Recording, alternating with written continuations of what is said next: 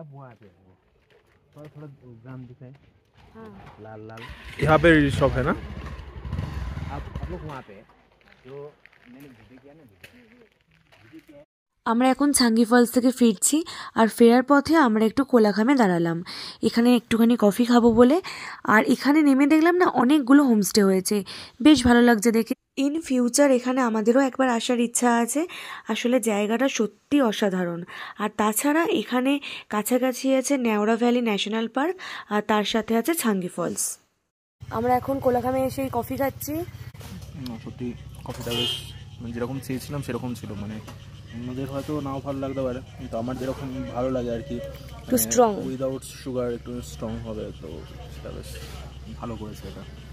কালকে অনেক কফি খোঁজা হয়েছিল তাই তো, কিন্তু ঠিকঠাক মন মতন হচ্ছিল না।